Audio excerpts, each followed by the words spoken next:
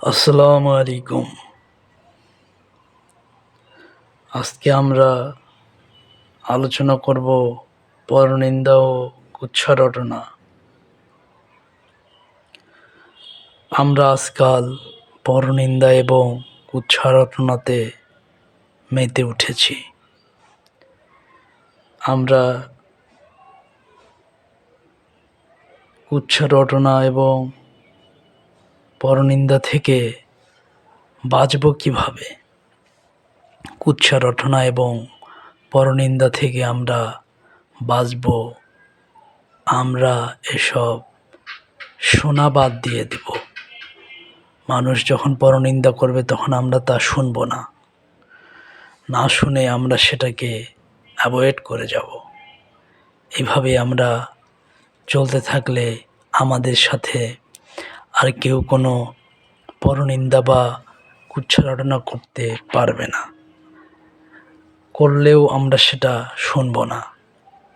এভাবে সবাই একসময় বুঝে যাবে যে এই ব্যক্তির সাথে আর কোনো পরনিন্দা কুৎসা রটনার কথা, গল্পগুজব ভালো লাগছে না।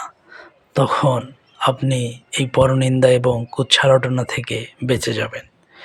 আল্লাহর কাছে চাইতে হবে, আল্লাহ পরনিন্দা এবং কুৎসা রটনা থেকে আপনি আমাদের হেফাজত করুন।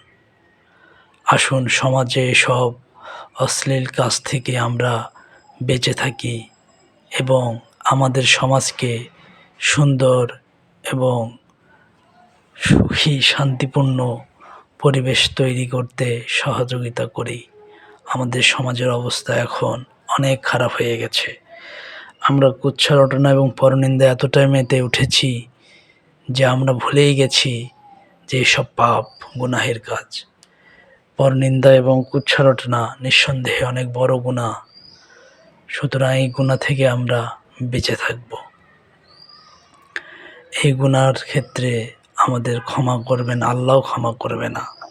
এই গুনাহ যে ব্যক্তির নামে পরনিন্দা কুৎসা রটনা করা হচ্ছে, সেই ব্যক্তি যদি ক্ষমা না করে, স্বয়ং আল্লাহও এই গুনাহ ক্ষমা করবে না। আজকে আমরা যে আলোচনা করলাম, সেই পরনিন্দা এবং কুৎসা রটনা থেকে অবশ্যই আমরা বিরত থাকব, না আসে জীবনে। সবাইকে অসংখ্য ধন্যবাদ আমাদের সাথে থাকার জন্য। আমাদের ফেসবুকে ফলো করবেন এবং ইউটিউবে সাবস্ক্রাইব করবেন, আমাদের সাথে থাকবেন এবং আমাদের ভিডিওগুলো দেখবেন। ধন্যবাদ।